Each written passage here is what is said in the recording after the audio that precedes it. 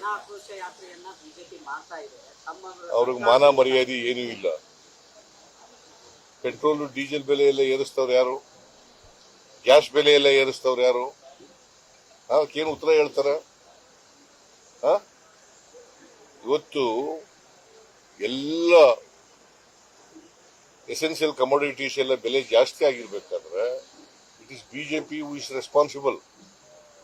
ನರೇಂದ್ರ ಮೋದಿ ಅವರು ಸರ್ಕಾರ ಕಾರಣ ಇದಕ್ಕೆ. ನಾವು ಬಹಳ ಹೆಚ್ಚಂತಂದ್ರೆ ಒಂದು 7-8 ಸಾವಿರ ಕೋಟಿ ತೆರಿಗೆ ಹೆಚ್ಚಾಗಿರ್ಬೋದು. ಅಂದ್ರೆ ಬೇರೆ ಬೇರೆ ಈಗ ಹಾಲಿನ ದರ ಹೆಚ್ಚು ಮಾಡಿದೀವಿ, ನಮಗೆ ಸರ್ಕಾರಕ್ಕೆ ಬರ್ತದ, ಅದು ರೈತರಿಗೆ ವರ್ಗಾವಣೆ ಮಾಡ್ತೀವಿ. ರೈತರಿಗೆ ವರ್ಗಾವಣೆ ಆಗೋದು, ಅದು ರೈತರಿಗೆ ಕೊಡಬೇಡಿ ಅಂತ ಇವರು ಇದ್ ಮಾಡಿದ್ರೆ, ಪ್ರತಿಭಟನೆ ಮಾಡಿದ್ರೆ ರೈತ ವಿರೋಧಿಗಳ ಇವರು. ಗ್ಯಾಸ್ ಬೆಲೆ ಹೆಚ್ಚಿಗೆ ಮಾಡಿದ್ರೆ ಯಾರಿಗೆ ಜಾಸ್ತಿ ಆಗೋದು? 50 ರೂಪಾಯಿ ಒಂದು ಗ್ಯಾಸ್ಗೆ ಹೆಚ್ಚು ಮಾಡಿದ್ದಾರೆ. ಯಾಕೆ ಮಾಡಿದ್ರು? ಕ್ರೂಡ್ ಆಯಿಲ್ ಬೆಲೆ ಏನಾಗಿದೆ ಈಗ? ಏನಾಗಿದೆ ರೀ ಗೊತ್ತಾ ನಿಮ್ಗೆ? ಕ್ರೂಡ್ ಆಯಿಲ್ ಬೆಲೆಗೂ ಪೆಟ್ರೋಲ್ ಡೀಸೆಲ್ ಬೆಲೆಗೂ ಹೆಚ್ಚು ಮಾಡೋದಕ್ಕೆ ಸಂಬಂಧ ಇದೆ. ಕ್ರೂಡ್ ಆಯಿಲ್ ಬೆಲೆ ಮನಮೋಹನ್ ಸಿಂಗ್ ಅವರು ಇದ್ದ ಕಾಲದಲ್ಲಿ $120 ಒಂದು ಬ್ಯಾರೆಲ್ಗಿತ್ತು. ಈಗ ಎಷ್ಟಾಗಿದೆ ಗೊತ್ತಾ? $65. ಮತ್ತೆ ಯಾಕೆ ನೀವು ಹೆಚ್ಚು ಮಾಡಿದ್ರಿ? ಯಾಕ್ರಿ ಹೆಚ್ಚು ಮಾಡಿದ್ರಿ? ಅದ್ರ ವಿರುದ್ಧ ಮಾತಾಡಿ. ಬಿಜೆಪಿ ಅವರಿಗೆ ಫಸ್ಟ್ ಆಫ್ ಆಲ್ ಅವ್ರಿಗೆ ಮಾರಲ್ ರೈಟ್ ಇಲ್ಲ, ನಂಬರ್ 1. ನಂಬರ್ 2, ಬೆಲೆ ಏರಿಕೆ ಆಗಿರೋದು ಅವ್ರ ಕಾಲದಲ್ಲೇ. ಕೇಂದ್ರ ಸರ್ಕಾರದ ತಪ್ಪು ನೀತಿಯಿಂದಾಗಿ ಬೆಲೆ ಏರಿಕೆ ಜಾಸ್ತಿ ಆಗಿದೆ. ಅವರು ಪೆಟ್ರೋಲ್ ಡೀಸೆಲ್ ಬೆಲೆ ಇವತ್ತು ಎಷ್ಟು? ಒಂದು ಗ್ಯಾಸ್ ಉಪಯೋಗಿಸ್ತೀಯಾ? ಎಷ್ಟು ಒಂದು ಗ್ಯಾಸ್ ಬೆಲೆ ಎಷ್ಟು ಈಗ? ಹೌದು, ಮನಮೋಹನ್ ಸಿಂಗ್ ಅವರು ಇದ್ದಾಗ ಎಷ್ಟಿತ್ತು? 400 ರೂಪಾಯಿ ಇತ್ತು. ಈಗ ಎಷ್ಟಾಗಿದೆ? ಆಯ್ತಪ್ಪ, 10 ವರ್ಷ ಆಗ್ಲಿ. ಅವತ್ತು ಎಷ್ಟಿತ್ತು ಬೆಲೆ? ಕ್ರೂಡ್ ಆಯಿಲ್ ಬೆಲೆ ನಾವು ಸಬ್ಸಿಡಿ ಕೊಡ್ತಾ ಇದ್ದೋ. ಇವ್ರು ಏನ್ ಮಾಡಿದ್ರು? ಸಬ್ಸಿಡಿ ತೆಗೆದಾಕ್ಬಿಟ್ರಲ್ಲ. ಯಾಕೆ ನೀನ್ ಕೇಳೋದೇ ಇಲ್ಲ ಇವನ್ನ? ಆರ್ಥಿಕ ದಿವಾಳಿ ಆಗಿದೆ, ವೇತನ ಕೊಡ್ಲಿಕ್ಕೂ ಸಹ ಸರ್ಕಾರದಲ್ಲಿ ದುಡ್ಡಿಲ್ಲ. ಯಾರು ಹೇಳದ್ದು? ಯಾವ್ದಾದ್ರು ಸಂಬಳ ನಿಂತೋಗಿದ್ಯಾ? ಪೆನ್ಷನ್ ನಿಂತೋಗಿದ್ಯಾ? ಸೋಷಿಯಲ್ ಸೆಕ್ಯೂರಿಟಿ ಪೆನ್ಷನ್ಗಳು ನಿಂತೋಗಿದಾವ? ಬಿಜೆಪಿಯವ್ರ ಕಾಲದಲ್ಲಿ ದುಡ್ಡಿಲ್ದವರು ಕೂಡ ಕೆಲಸ ಎಲ್ಲ ಅಪ್ರೂವಲ್ ಮಾಡ್ಬಿಟ್ಟು ಟೆಂಡರ್ ಕರೆದ್ಬಿಟ್ಟು ದುಡ್ಡು ಹೊಡೆದ್ಬಿಟ್ಟು ಹೊಟ್ಟೋದ್ರು. ಈಗ ಅವರು ನಮಗೆ ಪಾಠ ಹೇಳ್ಕೊಡಕ್ ಬರ್ತಾ ಇದ್ದಾರೆ. ಇವತ್ತೇನಾದ್ರೂ ಆರ್ಥಿಕವಾಗಿ ಕರ್ನಾಟಕ ರಾಜ್ಯ ದಿವಾಳಿ ಆಗಿದ್ರೆ it is BJP which is responsible. Jagadish Shettar ಇರುವಾಗಲೇ ಹಾಳಾದ್ದು ಎಲ್ಲ. ಬಸವರಾಜ ಬೊಮ್ಮಾಯಿ, ಯಡಿಯೂರಪ್ಪ, ಜಗದೀಶ್ ಶೆಟ್ಟರ್ ಇರುವಾಗಲೇ ಎಲ್ಲ ಹಾಳಾಗಿರೋದು.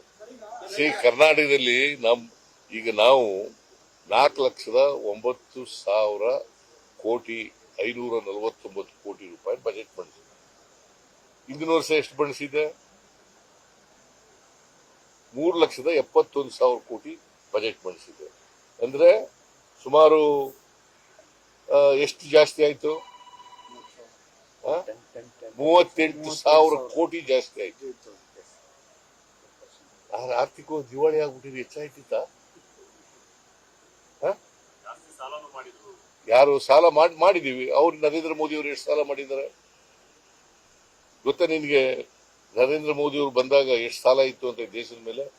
53,11,000 ಕೋಟಿ. 10 ವರ್ಷದಲ್ಲಿ ಎಷ್ಟಾಯ್ತು ಗೊತ್ತಾ? 200 ಲಕ್ಷ ಕೋಟಿ. ಸ್ವಾತಂತ್ರ್ಯ ಬಂತವಿಂದ 53,11,000 ಕೋಟಿ.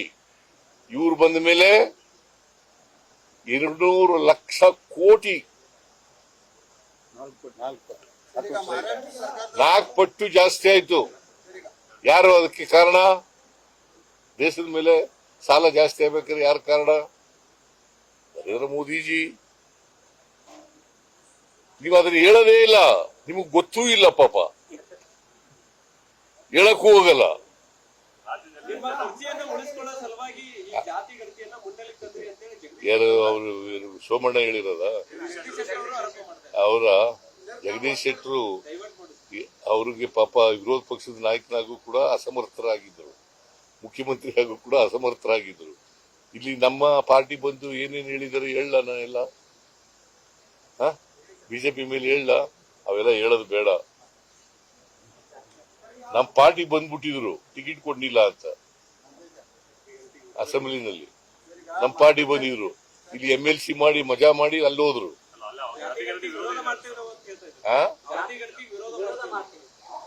ಈಗ ನೋಡ್ರಿ, ಜಾತಿ ಗಣತಿ ನಮ್ಮ ಪಕ್ಷದ ಪ್ರಣಾಳಿಕೆಯಲ್ಲಿ ಹೇಳಿದ್ದೀವಿ, ಜಾತಿ ಗಣತಿ ಆಗ್ಲೇಬೇಕು. ಈಗ ಜಾತಿ ಗಣತಿ ಆಗದೆ ಹೋದ್ರೆ ನಿಮ್ ಮನೆ ಕುಟುಂಬ ಇದೆ ಅಂತ ನಿಮ್ ಕುಟುಂಬದಲ್ಲಿ ಆರ್ಥಿಕವಾಗಿ, ಸಾಮಾಜಿಕವಾಗಿ, ರಾಜಕೀಯವಾಗಿ ಏನಾಗಿದೆ ಅಂತ ಗೊತ್ತಾಗಬೇಕು ಬೇಡ?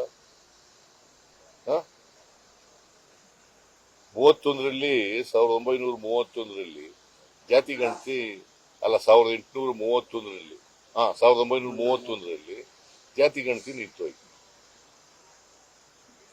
ಸ್ವಾತಂತ್ರ್ಯ ಬಂದ ಮೇಲೆ ಆಗ್ಲಿಲ್ಲ. ಕೋರ್ಟ್ನಲ್ಲಿ, ಹೈಕೋರ್ಟ್ನಲ್ಲಿ, ಸುಪ್ರೀಂ ಕೋರ್ಟ್ನಲ್ಲಿ ನಿಮ್ಮ ಹತ್ರ ಏನಿದೆ ದಾಖಲಾತಿ, ಎಂಪೆರಿಕಲ್ ಡಾಟಾ ಇರ್ಲಿಕ್ಕೆ ಏನಿದೆ ಅಂತ ಕೇಳ್ತಾ ಇದ್ರು. ಅನೇಕ ಹೈಕೋರ್ಟ್ಗಳಲ್ಲಿ, ಅನೇಕ ಸುಪ್ರೀಂ ಕೋರ್ಟ್ನಲ್ಲಿ ಕೇಳ್ತಾ ಇದ್ರು. ಮಂಡಲ್ ಕಮಿಷನ್ ವರದಿನಲ್ಲೂ ಕೇಳಿದ್ರು ಕೂಡ. ಅದಕ್ಕೆ ಜಾತಿ ಗಣತಿ ಮಾಡಬೇಕು. ಜಾತಿ ಗಣತಿ ಯಾಕೆ ಮಾಡಬೇಕು ಅಂತಂದ್ರೆ, ಪ್ರತಿಯೊಬ್ಬರದು ಕೂಡ ಸ್ವಾತಂತ್ರ್ಯ ಬಂದು 75 ವರ್ಷ ಆಯ್ತು. ಈಗ ನೀ ಸ್ವಾತಂತ್ರ್ಯ ಬಂದಾಗ ನಿಮ್ ಮನೆ ಕುಟುಂಬ ಹೆಂಗಿತ್ತು, ಈಗ ಹೆಂಗಾಗಿದ್ಯಾ, ಮುಂದೇನಾಗ್ತೀಯಾ ಅಂತ ಗೊತ್ತಾಗಬೇಕು ಬೇಡ?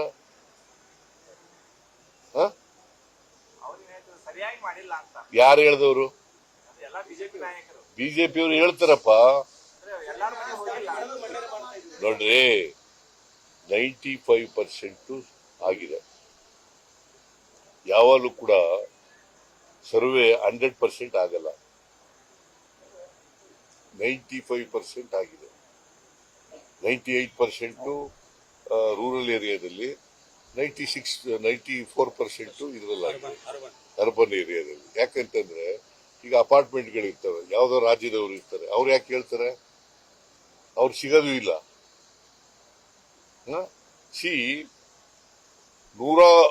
1,60,60,000 ಜನ ಈ ಇದರಲ್ಲಿ ಸರ್ವೆನಲ್ಲಿ ಇನ್ವಾಲ್ವ್ ಆಗಿದೆ. 1,33,000 ಜನ ಟೀಚರ್ಗಳಾಗಿದ್ರು. ಯಾವ ಜಾತಿ ಟೀಚರ್ಗಳಿರೋದು? ಟೀಚರ್ಗಳಲ್ಲಿ ಎಷ್ಟು ಜಾಸ್ತಿ ಯಾರಪ್ಪ ಇರೋದು? ಹೆಚ್ಚಾಗಿರೋದು ಯಾರ್ರೀ? ಜನರಲ್ ಕ್ಯಾಟಗರಿ ಅವರಲ್ವಾ? ಮತ್ತೆ ಹೆಂಗೆ ಸರ್ವೆ ಆಗಿಲ್ಲ ಅಂತ ಹೇಳ್ತೀರಿ? ಸರ್ವೆ ಆಗಿಲ್ಲ, ಸರಿಯಾಗಿ ಆಗಿಲ್ಲ, ವೈಜ್ಞಾನಿಕವಾಗಿ ಆಗಿಲ್ಲ. ಹೆಂಗಪ್ಪ ವೈಜ್ಞಾನಿಕ ಅಂದ್ರೆ ಏನು? ಏನ್ರಿ ಹಾಗಂದ್ರೆ ವೈಜ್ಞಾನಿಕ ಅಂದ್ರೆ? ನಾನು ಹಿಂದುಳಿದ ಜಾತಿಯಿಂದ ಬಂದವನು. ಸರ್ವೆ ಅಂದ್ರೆ ಏನು ಅಂತ ಈಗ 2011ರಲ್ಲಿ ಲಾಸ್ಟ್ ಸರ್ವೆ ಆಗಿತ್ತು. ಅದು ಜಾತಿ ಗಣತಿ ಅಲ್ಲ, ಅದು ಗಣತಿ ಸರ್ವೆ ಆಗಿತ್ತು, ಜನಗಣತಿ ಆಗಿತ್ತು ಅಲ್ವಾ? ಅದು 100ಕ್ಕೆ 100 ಆಗ್ಬಿಟ್ಟಿದ್ಯಾ?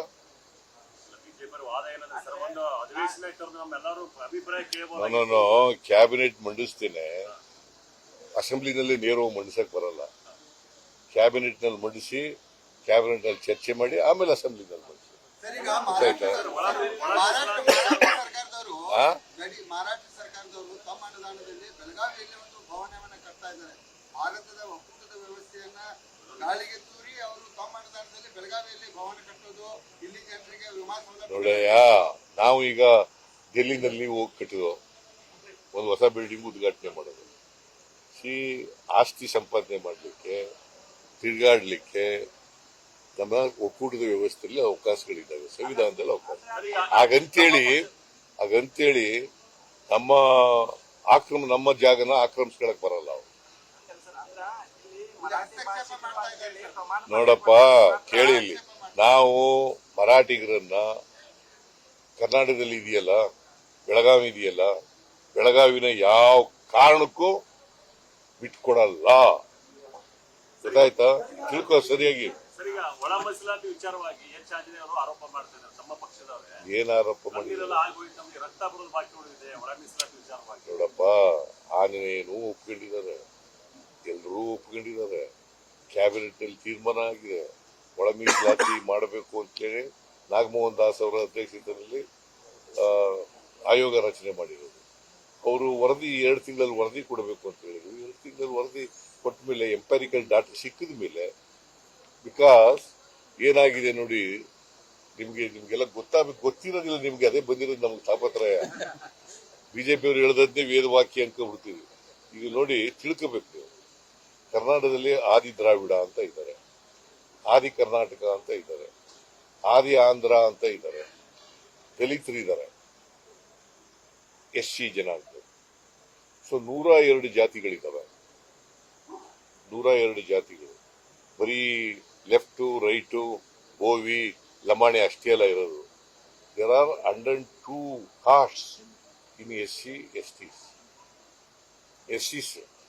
SC ನಲ್ಲಿ 102 ಕಾಸ್ಟ್ ಇದಾವೆ.